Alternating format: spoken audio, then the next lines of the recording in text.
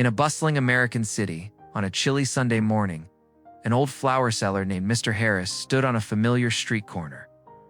His face was etched with the lines of time, but his smile was warm and genuine, a small beacon of light against the city's gray backdrop. Business was slow, as it often was, but his spirit remained undimmed. Most people hurried past, wrapped up in their own worlds, barely noticing the vibrant colors of his cart. Suddenly, a small figure broke away from the rushing crowd. It was a 7-year-old girl named Lucy, her eyes wide with purpose. She clutched a single crumpled dollar bill in her tiny hand. She approached Mr. Harris timidly and asked, "Sir, can I buy just one flower with this?" Mr. Harris's kind smile widened. He looked at the eager little girl and then at his array of beautiful blooms. He selected the most perfect, vibrant red rose from the bunch, its petals just beginning to open. Oh, "This one's the prettiest," he said gently, handing it to her. "And it's a gift. You don't have to pay."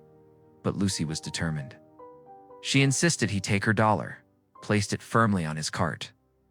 And with a quick thank you, she scampered away, leaving the old man with a warmth that had nothing to do with the morning sun. The next day, as Mr. Harris set up his cart in the same spot, he saw Lucy again. This time she was holding her mother's hand. The woman's eyes were red and swollen, as if she had been crying for a long time. She approached him cautiously. "My daughter Lucy bought a flower from you yesterday," she began, her voice trembling slightly. "It was for my mother's grave. We visited her yesterday." She took a deep breath before continuing.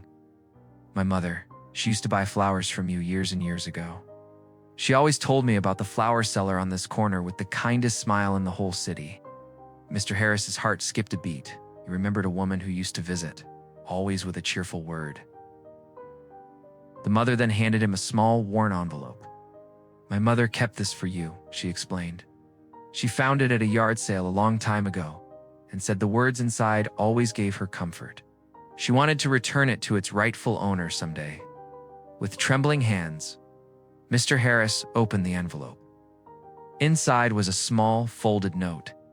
The handwriting was instantly familiar, a beautiful looping script he hadn't seen in years. It was from his wife, who had passed away long ago. The note read, "If someday you feel alone, remember, your kindness will always come back to you."